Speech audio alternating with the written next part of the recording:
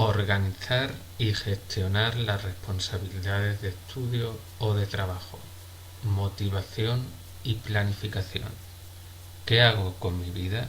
Ángel Peralbo, coordinador 8 de 30. Capítulo 2. Organizar y gestionar las responsabilidades de estudios de trabajo. Por Tatiana Fernández Marcos. Una meta sin un plan es solo un deseo. Antoine de Saint-Exupéry. 2.1. Motivación y planificación. Quizá tengas la sensación de que no aprovechas bien tu tiempo. Quizá te gustaría hacer más cosas de las que haces y sientes que dedicas demasiado tiempo al estudio o al trabajo. O por el contrario piensas que eres poco productivo y que se te van las horas con distracciones como el móvil o durmiendo demasiado. Es posible que quieras emprender actividades nuevas, ya que estás en la edad de querer probarlo todo, de experimentar, y tal vez envidia a aquellos amigos que parecen tener una vida muy interesante, llena de planes variopintos. También es posible que no te guste lo que haces en el día a día o que en tus actividades diarias experimentes emociones de estrés, aburrimiento o tristeza. Sentirnos contentos con nuestra rutina diaria tiene un peso muy importante en nuestra satisfacción vital. Dado que dedicamos muchas horas del día a las responsabilidades, ya sea trabajar o estudiar, será importante que tengas claras las respuestas a las siguientes cuestiones. ¿Por qué dedico mi día a día a estos estudios o trabajos? ¿Es lo que realmente quiero? ¿Qué peso quiero que tenga en mi vida? ¿Le dedico tiempo suficiente? ¿Soy eficaz? ¿Mi forma de trabajar me permitirá lograr lo que quiero? Es posible que estés pensando que no todo depende de ti o de lo que tú escogerías. Los tiempos que corren no son buenos. Seguramente te ha tocado elegir carrera o empezar a trabajar en un momento en el que la crisis económica y la falta de empleo han tenido un gran peso en tu decisión sobre qué estudiar. Puede que hayas elegido aquellos estudios que se supone que tienen más salidas laborales o lo que tus padres creían que era mejor para ti. O quizá tienes un trabajo que no te apasiona, que no has podido elegir y que es lo único que has encontrado tras una larga búsqueda, o ni siquiera has conseguido un empleo. Sí, es cierto que las condiciones no son idóneas, pero eso no quiere decir que no puedas poner algo de tu parte para hacer que tu jornada sea mejor, ni que solo te quede la opción de adoptar una actitud derrotista dejando que las olas marquen el rumbo de tu barco. El motor que te ayudará a planificar y desarrollar tu rutina y tus responsabilidades es la motivación.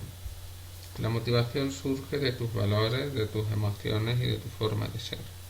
Es un conjunto de factores internos y externos que van a determinar tus acciones. En palabras de Nietzsche, quien tiene algo por qué vivir es capaz de soportar cualquier cosa. Por tanto, pregúntate, ¿qué es lo que me mueve a actuar y a comprometerme con las metas que me propongo? Lo que nos mueve a actuar son las emociones que experimentamos y a las que conviene escuchar. Es decir, qué me hace disfrutar, vibrar, qué me interesa, cuál es mi esencia, qué me define, con qué persona me siento identificado, cómo me gustaría que fuera mi vida, cómo me veo en 5 y en 10 años. Estas respuestas solo las tienes tú y son únicas para cada uno de nosotros. Los valores personales, aquello a lo que le das importancia en tu vida. Cuando hablamos de valores en el ámbito personal, nos referimos a qué importancia le das a cada uno de los siguientes ámbitos de tu vida: familia, amigos, ocio, pareja, trabajo, educación, espiritualidad, vida comunitaria y cuidado físico, alimentación, deporte y descanso.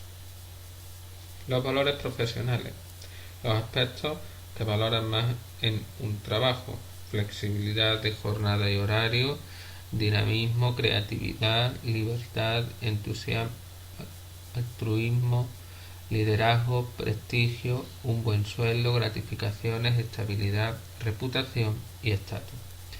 Las habilidades, destrezas y cualidades con las que cuentas. Es muy útil conocer qué se te da bien, en qué aspectos destacas, cuáles son tus talentos y ser consciente de las experiencias exitosas que has tenido anteriormente en tu vida. Reflexionar sobre estos aspectos te dotará de autoconocimiento. Cuanto más confianza tengas en lo que eres y lo que quieres, será más fácil para ti diseñar tu vida y tu día a día. Una vez identificadas tus emociones, motivaciones y valores, estás en disposición de tomar decisiones, actuar y, si es necesario, hacer cambios.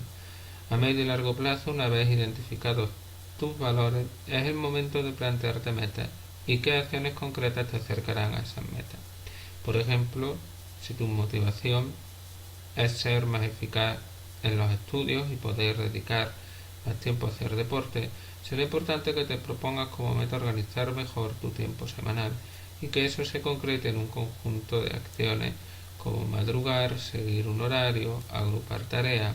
En el día a día, una vez identificada una emoción,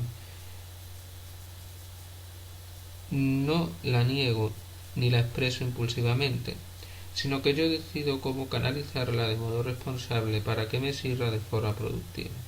Por ejemplo, si salgo estresado del trabajo, es importante percatarme de ello y buscar un momento de desconexión lo más pronto posible, ya sea con un rato de lectura, estiramiento, meditación, ver una serie o con una ducha relajante.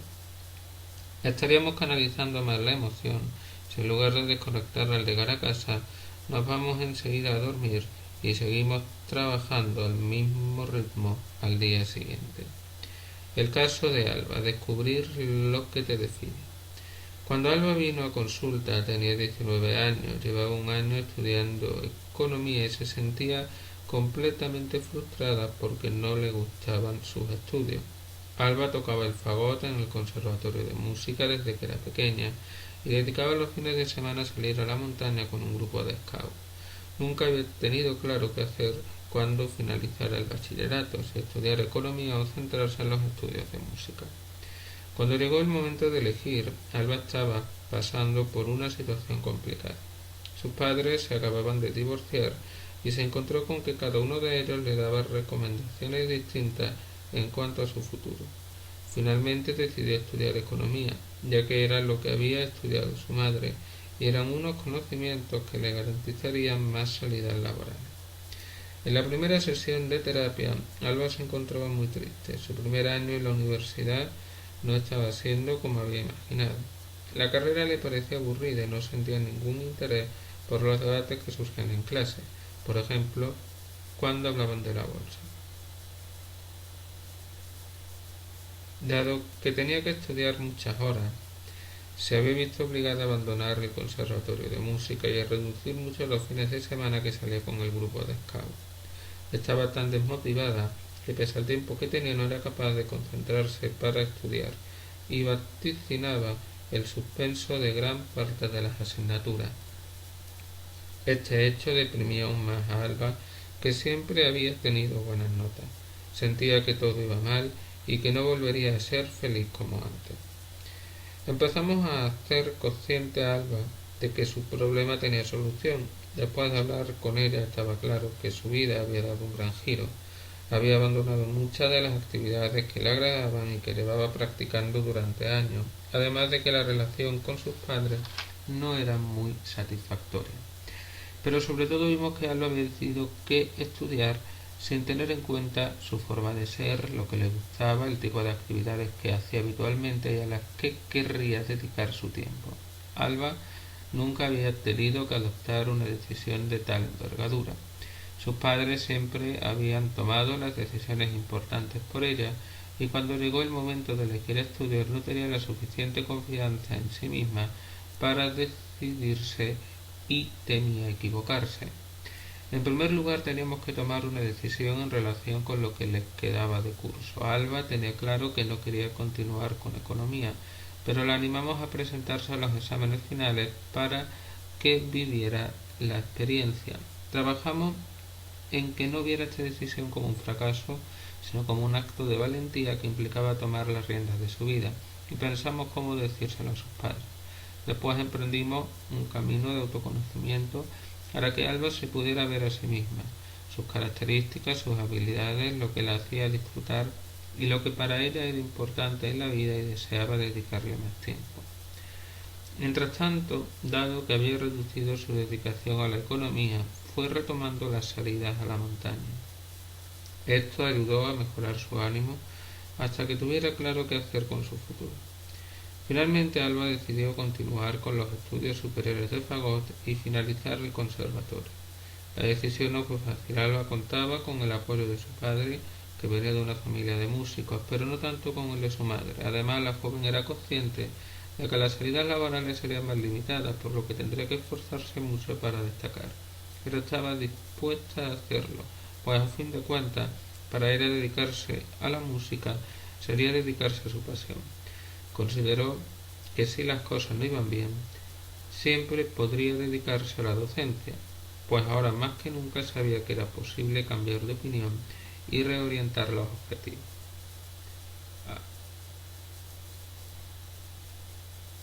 Alba volvió a sentir la ilusión y la motivación que había perdido. Estaba más satisfecha que nunca consigo misma y encaraba con determinación una vida con mucho sentido para ella. Pasar a la acción. Empezar con motivación. El gran reto radica en cómo motivarte a ti mismo cuando quieres alcanzar una meta, pero te cuesta poner en marcha las distintas acciones que te llevan a conseguirla. Es decir, no bastará con que tengas claros los motivos por los que estudias o trabajas, sino que tendrás que recordarlos con frecuencia y animarte. Todos conocemos a alguien que cuando nos propone un plan tiene una increíble habilidad para convencernos e ilusionarnos con la actividad. En definitiva, tiene talento para motivarnos. De la misma manera, se trata de que aprendas a convencerte a ti mismo de lo valioso que es el esfuerzo de invertir cada hora y cada día en el objetivo que quieres lograr. A continuación, te describiremos los principales pasos para conseguirlo y los errores más frecuentes. Empezar por objetivos realistas. Algunos estudiantes empiezan el curso en septiembre con muchas ganas y buenos propósitos. Con frecuencia se plantean estudiar todas las tardes varias horas cuando salgan de clase y lo cumplen. Empiezan el nuevo curso con buen pie. Pero pronto notan que no son capaces de mantener este objetivo a lo largo de todo el año y tienden a ir bajando el ritmo.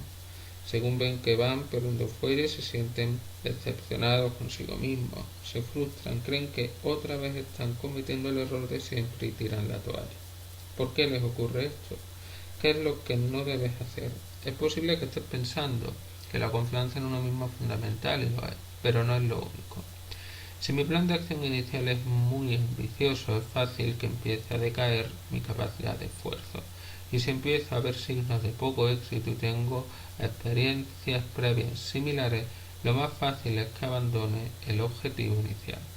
Por tanto, no hay confianza que sostenga un plan de acción inadecuado. Será el plan de acción adecuado la que me permitirá ir consiguiendo pequeños éxitos que me den confianza en mí mismo para seguir perseverando. Si tu objetivo es correr una maratón dentro de un año, posiblemente no empezarás el primer día de entrenamiento corriendo 30 kilómetros y así todos los que le siguen hasta la carrera. Esto es algo impensable. Sería un error que te llevaría a abandonar tu objetivo. Probablemente te lesionaría por haber forzado tu cuerpo a un ritmo para el cual no estaba preparado. Con nuestra mente ocurre lo mismo. ¿Qué es lo que sí puedes hacer? El primer aspecto fundamental es que tus objetivos deben ser fácilmente alcanzables, pese a lo que puedas pensar. Si día tras día te quedas con la sensación de no haber alcanzado los objetivos propuestos por ser estos muy elevados, tus ganas de esforzarte decaerán. Es completamente normal, es más, es lo esperable para cualquier persona. ¿Qué es lo que sí puedes hacer? Si quieres adquirir un hábito de estudio, tienes que ir entrenando tu mente para que permanezca concentrada a tiempos mayores poco a poco. Comenzar con 50 minutos al día la primera semana ya es un buen objetivo y desde ahí podrías ir aumentando el tiempo. Es mejor estudiar un poco todos los días que estudiar toda la tarde un día y no volver a tocar el temario en una semana, por muchos motivos. Se te olvidará lo que has estudiado de un día para otro y el esfuerzo que tendrás que hacer para volver a entrar en contacto con la materia es mayor. no recordarás de qué iba el tema, y eso hará que te dé más pereza. Te agotarás tanto si te das un atracón de estudio que al día siguiente no tendrás ganas de lo mismo de nuevo. Del mismo modo que si un día haces más ejercicio del que tu cuerpo puede asumir, no tendrás ganas de repetir al día siguiente. Es fundamental que establezcas un equilibrio en tu vida, de forma que salgas con amigos, descanses, pases tiempo con tu familia, emprendas actividades de ocio y deporte. Empezar el curso siendo aplicado no es renunciar a todo lo demás. Es cierto que poco a poco tendrás que ir aumentando las horas de estudio y reduciendo el tiempo que dedicas a otras cosas, pero no debes renunciar del todo a ellas. Solo habrá algunos momentos clave y puntuales, como el periodo de exámenes, en los que tengas que hacer una renuncia mayor. Tu sensación al finalizar la jornada de estudio debe ser de satisfacción, éxito y orgullo por haber conseguido las metas propuestas.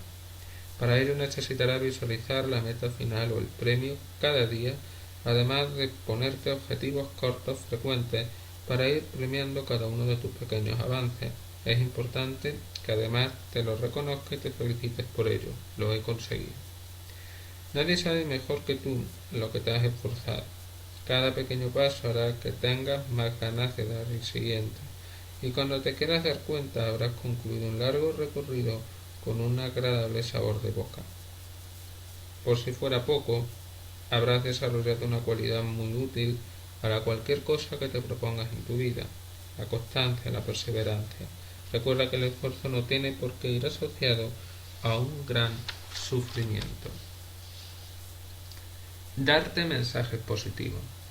Algunas personas se dicen a sí mismas frases que desanimarían a cualquiera que esté estudiando, trabajando y que no son realistas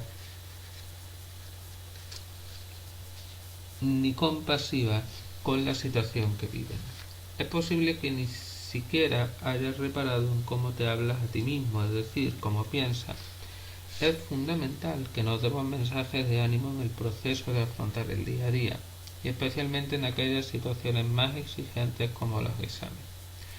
¿Qué es lo que no debes hacer? Los mensajes ante el examen del tipo "me va a salir mal", "no me lo sé", "lo debo mal preparado", "voy a suspender", generan un estado de alerta en nosotros de tal magnitud que nos provoca una ansiedad excesiva e innecesaria. Esta ansiedad perjudicará sin duda el rendimiento en el examen. Estos pensamientos no solo aparecen antes del examen, sino que podemos tenerlos también durante el mismo, provocando bloqueo mental y dificultando nuestra concentración. Esta pregunta no me la sé, empiezo mal, no me va a dar tiempo, también pueden darse al final, después de haber afrontado el examen. Lo he hecho fatal, siempre me pasa igual. ¿Qué es lo que sí puedes hacer? Algunas autoinstrucciones positivas que te puedes dar para el examen son: lo he preparado lo mejor posible, voy a ir tranquilo y seguro que va a salir bien, me he esforzado, estoy haciéndolo bien, leeré las preguntas y si me atasco con alguna paso a la siguiente, no pasa nada, está hecho y he conseguido afrontarlo, algunas me han salido bien, otras no tanto, pero he hecho lo que he podido, esperaré a la nota y si sale mal me esforzaré más para la próxima vez. Puedes escribir los mensajes positivos para fortalecerlos más e incluso decírtelos en voz alta para creértelos. Si no eres capaz de generar un hábito de trabajo y no consigues la motivación para ni tan siquiera comenzar con tu objetivo, te interesará leer el caso de Lucia, que contará más adelante. Mantener la motivación. Mantener la motivación es complicado, especialmente cuando la meta es muy elevada o difícil y requiere además de constancia, hacer grandes esfuerzos y sostener una dedicación y un sacrificio de forma prolongada en el tiempo. Planificar el trabajo por hora, día y objetivo. En ocasiones, el problema de no rendir adecuadamente en el estudio no son las ganas de estudiar ni la falta de tiempo, sino la dificultad para gestionar el tiempo adecuadamente. ¿Qué es lo que no debes hacer? Algunas personas, en su deseo de obtener el mejor resultado posible, dedican muchas horas al estudio. Intentan tener la tranquilidad de haber hecho lo máximo posible para afrontar el examen. Sin embargo, Cantidad no se traduce necesariamente en calidad. Es importante planificar el estudio para no estudiar de menos ni de más. El estudio no debe realizarse sin límite ni rumbo. Un error frecuente es darse un atracón de estudio o trasnochar para prolongar el día de estudio. Lo que sucede es que después de una maratón de 10 horas de estudio, es poco probable que el día siguiente tengas ganas de ponerte de nuevo. Necesitarás un descanso muy largo y probablemente lo que estudiaste el día anterior no compense lo que no vas a poder hacer el día siguiente. ¿Qué es lo que sí puedes hacer? Ordenar las tareas. Comprueba qué tareas tienes que emprender, cuáles de ellas son más urgentes, cuáles te llevarán más tiempo, cuáles son más importantes en cuanto a su valor y cuáles son más difíciles. Conviene hacer una lista teniendo en cuenta estos criterios. Establece un orden de prioridades para ayudarte a organizar la lista. Primero, tareas para hacer en el día. Segundo, tareas para hacer en la semana. Tercero, tareas para hacer en el mes. Organiza el tiempo que te llevará cada actividad diaria y cada tarea. Recuerda que el día solo tiene 24 horas, no te pases o te estresarás. Además del tiempo que dedicas a las responsabilidades y a cada labor concreta, pasar apuntes, ejercicios, contestar email, es importante que organices el tiempo de otras tareas diarias como el destinado a comer, al cuidado personal, el sueño, el ocio, el deporte. Elabora un horario diario y semanal. En la medida de lo posible se trata de que este horario pueda servirte de guía para todas las semanas y que recoja especialmente aquellas tareas que son fijas. Programa a lo largo del día y de la semana las horas que dedicarás a los objetivos y las metas de estudio que te has propuesto. También tiene que estar programada la hora de finalizar el estudio diariamente y planificada la actividad gratificante que será a continuación del estudio para desconectar. Recuerda, los horarios están para saltárselo, es decir, el horario tiene que servirte de ayuda en tu día a día y no es de obligado cumplimiento si has consolidado la rutina que quieres alcanzar. Si te surge un imprevisto, tienes que cambiar alguna tarea de día o de hora, no solo puedes hacerlo, sino que el horario te ayudará a planificar hasta qué momento de la semana puedes aplazar tu objetivo y juzgar si es viable sin gran perjuicio. Puedes ayudarte mediante las tablas que se describen a continuación.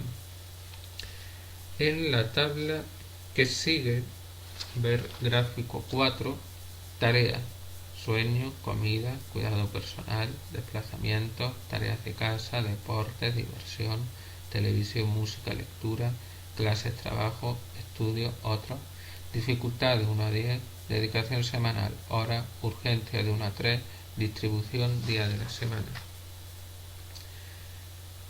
Debes anotar todas tus tareas de la semana, incluyendo las que dedica a cosas que no son propiamente trabajo, como comer o ir al gimnasio. Calificar el grado de dificultad de la tarea de trabajo de 1 a 10 para saber si necesitas dedicarle más horas a la semana.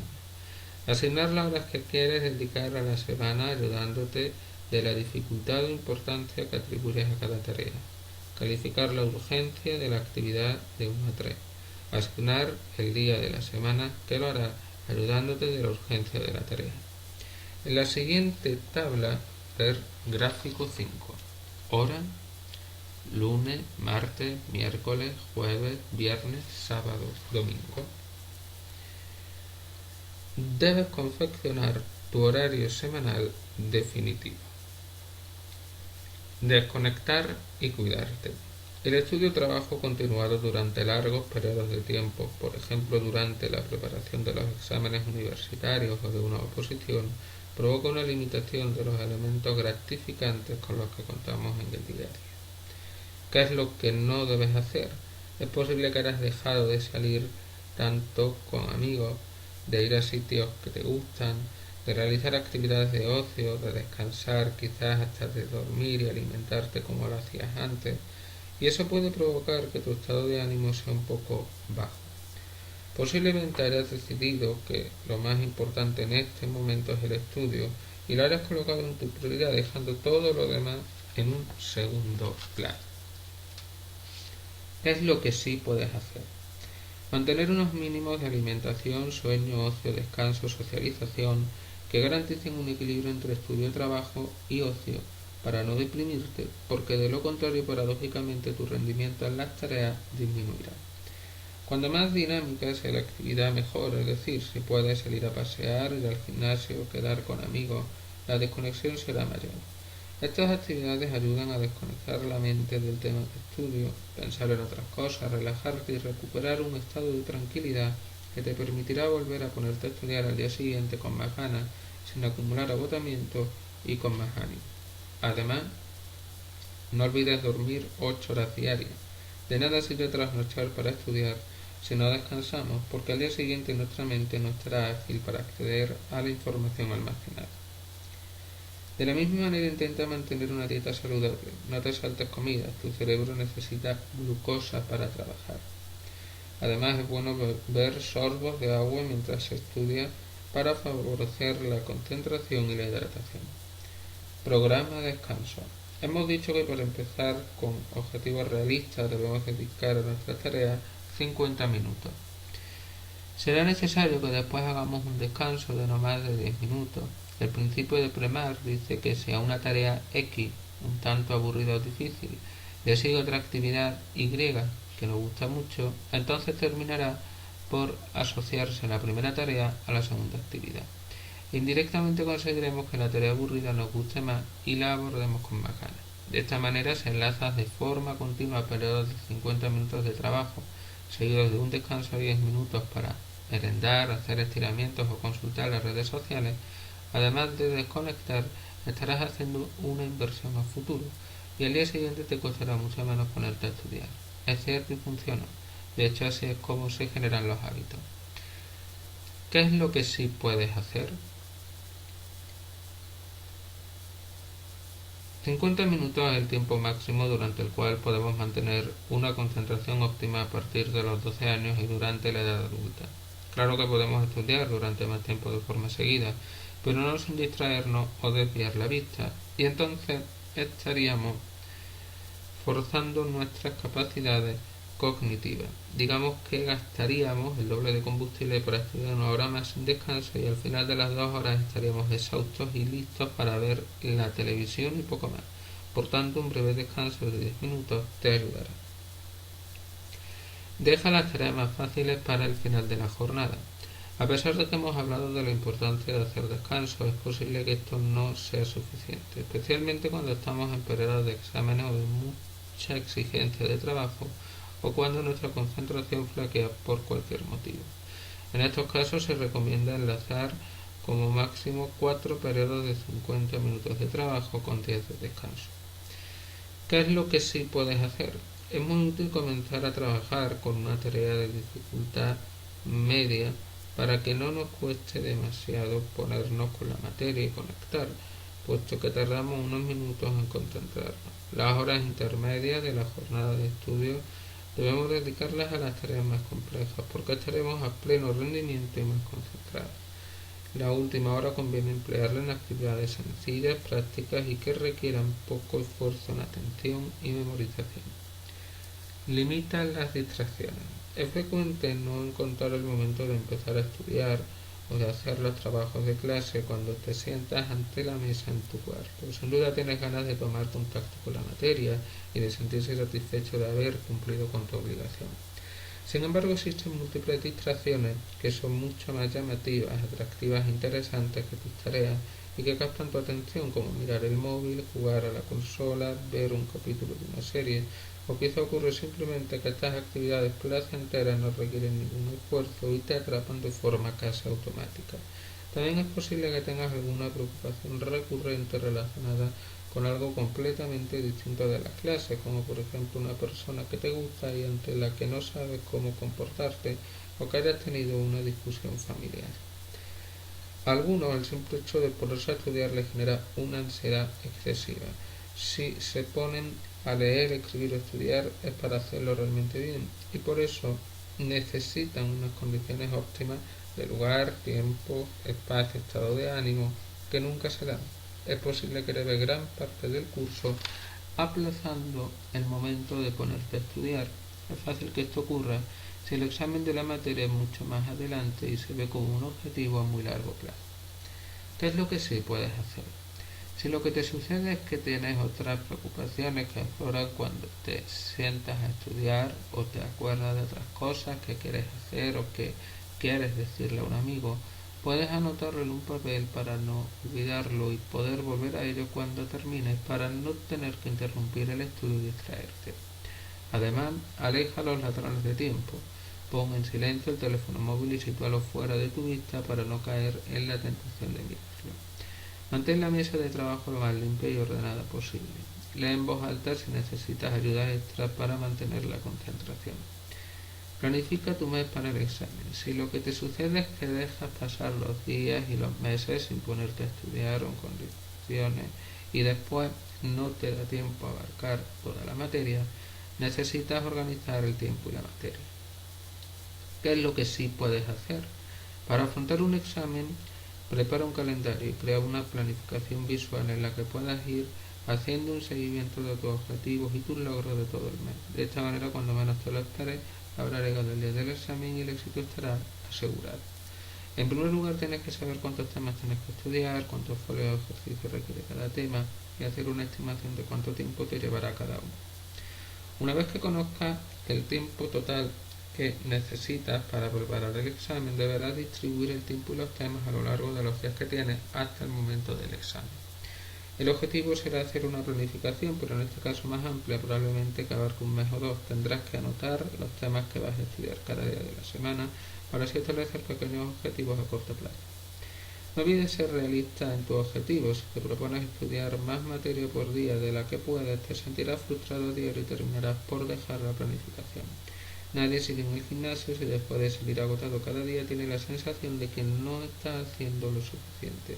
Necesitas sentirte satisfecho con tu esfuerzo para poder mantenerlo día tras día. Por ello, ponte objetivos mínimos para poder cumplirlo. Y si después de cumplirlo aún te quedan ganas de hacer un poco más, adelante. Esta planificación te ayudará a mantener la motivación al ver que vas consiguiendo esos pequeños objetivos. Te permitirá llegar al examen con el temario bien preparado, descansado y con los contenidos asimilados, en lugar de haberlos memorizado rápidamente sin comprenderlos. El caso de Lucía. Los logros son sueños que nunca diste por perdidos. Lucía tenía 27 años cuando vino a la consulta. Estaba estudiando el segundo curso de diseño de moda. Previamente había intentado estudiar publicidad y marketing. Lo dejó en el primer curso porque en sus palabras se le hizo demasiado grande el cambio a la universidad. Después del bachillerato, por primera vez los profesores no estaban pendientes de su rendimiento en el aula y no tenía exámenes con frecuencia, por lo que iba poco a clase y no estudiaba hasta unos días antes de los exámenes finales. Lucía se encontró con que tenía que estudiar muchos contenidos para el tiempo de que disponía.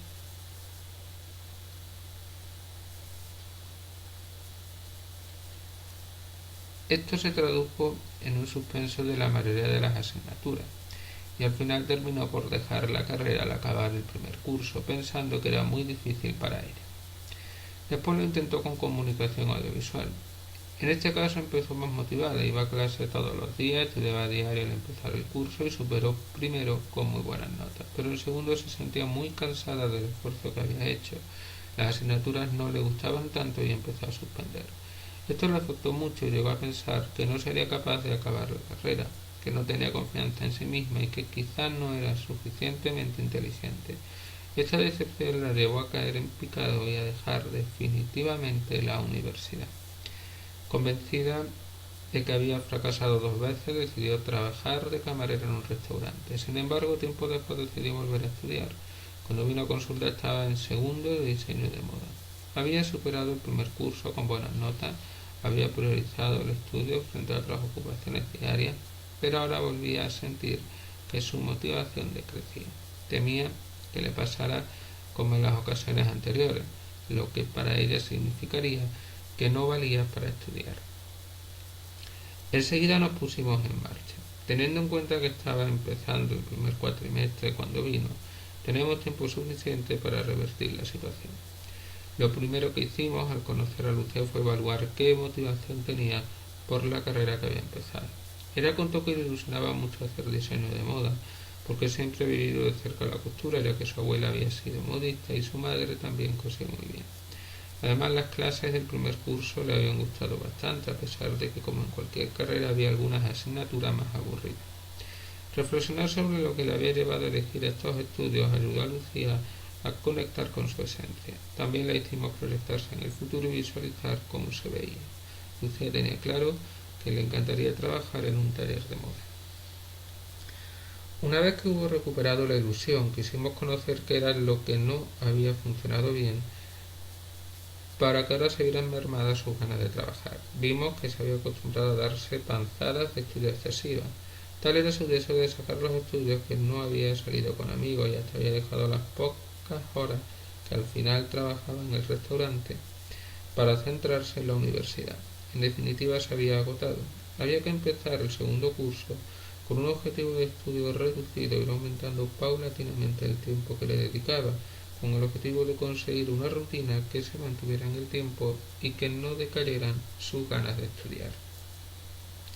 Le propusimos empezar por 50 minutos al día, concretamos la hora a la que lo haría y acordamos que debería anotar en un registro su cumplimiento, no solo para que en la consulta pudiéramos comprobar que lo había hecho, sino también para que ella tuviera feedback, idea clara de su ejecución y se sintiera satisfecha en los momentos en los que dudaba de sí misma. Para ello resultó útil instalar en su móvil un calendario digital y programar una alarma para la hora a la que debía empezar. Al principio a ella le pareció muy poco tiempo, pero insistimos en que fuera así, porque cuando fijaba objetivos más altos, como estudiar todo el domingo, finalmente se ponía ello muy tarde, perdía el tiempo todo el día y luego se sentía mal. Después de los 50 minutos debía premiarse por el trabajo bien hecho con una actividad gratificante. Eligió ver un capítulo de su serie favorita, posteriormente podría ir aumentando el tiempo de estudio, pero no antes de haber consolidado este primer objetivo durante al menos una semana. Este fue solo el comienzo de la intervención con Lucía. En su día a día la joven tenía un discurso muy negativo y se venía abajo con mucha facilidad cuando no le salía como esperaba un trabajo de clase, cuando veía que el examen iba a ser muy difícil. Es cierto que sus experiencias previas en los estudios universitarios no la ayudaban a confiar en sí misma, pero hasta el bachillerato había conseguido sacar los estudios con esfuerzo pero con relativa facilidad y tenía capacidad para afrontar el reto que se planteaba, sacarse los estudios de diseño de moda. Además, la ayudamos a identificar qué era lo que se decía a sí misma antes, durante y después del examen. En cuanto le pusimos algunos ejemplos, enseguida identificó las cosas que solía decirse ella. Además, le pedimos un registro para que anotara en su jornada qué pensamientos le surgían con relación al estudio. El objetivo era identificar sus mensajes negativos.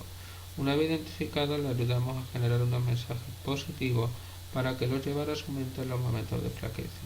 Era importante que los mensajes que propusiera fueran realistas, porque de nada serviría que se dijera algo tan optimista que no se lo creyera. Si Lucía se hablaba a sí misma de forma más amable, se sentiría mejor y tendría más ganas de continuar con sus metas. En cuanto Lucía empezó a sumar días de éxito, sintió la satisfacción de comprobar que conseguía ser constante sin sentirse agotada por estudiar. Estaba preparada para aumentar los objetivos de estudio y debíamos ayudarla a mantener la motivación que había logrado. A tal fin decidimos empezar por establecer una planificación de estudio. Fijamos un horario semanal e hicimos hincapié en que cumpliera con la hora de finalizar el estudio. Le propusimos no dedicarle más de 4 horas y decidió trabajar de 4 a 8 de la tarde. Con la ayuda de las tablas establecimos qué trabajo de qué asignatura haría cada tarde en función de las entregas programadas. Además, de nuevo le propusimos acabar la jornada de estudio cada día con una actividad de ocio. Hicimos una lista con sus actividades favoritas de ocio personal y social para que le fuera más fácil saber qué elegir. Así, cuando llegara el momento de descanso, si no había planificado nada, decidir sería tan sencillo como revisar su lista de actividades y escoger en ese instante qué le apetecía hacer. Esto fue, sin embargo, lo que más costó, ya que se había acostumbrado a hacer tareas hasta que le entraba el sueño y sentía que estaba perdiendo muchas horas si no estudiaba antes de acostarse. Para convencerla le explicamos que si no desconectaba le sería muy difícil volver a conectar el día siguiente y que de esa manera era como había llegado al agotamiento mental que sentía. Lucía reconoció que se distraía leyendo cómics cuando se sentaba en su cuarto para trabajar. Le dijimos que era hora de que dejase de ponerse excusas y que su mensaje interior debía ser claro y motivador: voy a trabajar ya. No debía dejar la responsabilidad de abordar trabajo para el final del día. Debía ser lo primero que hiciera en la tarde. Por ejemplo, no le convenía decirse: voy a mirar los periódicos en internet y luego me pongo. Le explicamos que esta pauta no era por el tiempo que le llevaba a mirar la prensa, sino que se trataba de una actividad más estimulante que sus tareas, y después de leer la prensa le costaría más ponerse a estudiar o a trabajar. Esto se debe a que si las tareas de la universidad ya de por sí le resultaban aburridas, se añadiría el esfuerzo que requiere abandonar la actividad que le gustaba. Es como el niño que le quitan el chupachú antes de haberlo terminado. Su fuerza de voluntad no estaba para ponerla a prueba con este tipo de cosas, porque en muchos casos caería en la tentación de prolongar el tiempo que pasaba leyendo los periódicos, y además era probable que después pasara a ver vídeos de YouTube. Por tanto, lo primero que tenía que abordar por la tarde era lo que atañe a las responsabilidades. Las distracciones las podría dejar para el descanso. Como era de esperar, pasó un tiempo hasta que Lucia fue capaz de interiorizar e implementar todas las pautas para llevar a cabo una buena gestión de su estudio. Fue especialmente importante el seguimiento semana a semana en la consulta, donde podemos comprobar que había ido bien y si había tenido algún traspié, ver a qué se había debido para ponerle rápida solución. Por supuesto, no esperábamos que todos los días consiguiera un buen rendimiento, sino ir sumando cada vez más días seguidos de éxito en el cumplimiento de la planificación. Así fuimos felicitándola por cada pequeño avance. Fueron muy importantes la motivación y el acompañamiento, saber que confiábamos en ella y en que sería capaz de llevar un orden y una continuidad en su día a día. Le animó mucho. Al cabo de varias semanas siguiendo esta planificación, Lucia pudo comprobar que iba consiguiendo sus objetivos diarios. Eran duros, pero supo que los podría sostener en el tiempo sin que su estado de ánimo se viera afectado. Finalmente comprobó que era capaz de gestionar el estudio, la asistencia a clase y hacer más cosas a lo largo del día. Así recuperó la motivación por el estudio y de nuevo la confianza en sí misma al ver que no caía en lo mismo que otras veces: abandonar por haberse agotado tras un gran esfuerzo inicial.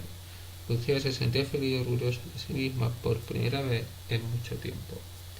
A modo de resumen, para conseguir la motivación, empieza por objetivos realistas, date mensajes positivos. Para mantener la motivación, planifica el trabajo por horas, días y objetivos. Desconecta y cuídate. Programa descanso. Deja las tareas más fáciles para el final de la jornada. Limita las distracciones. Planifica tu mes antes del examen. Ángel Peralbo, coordinador.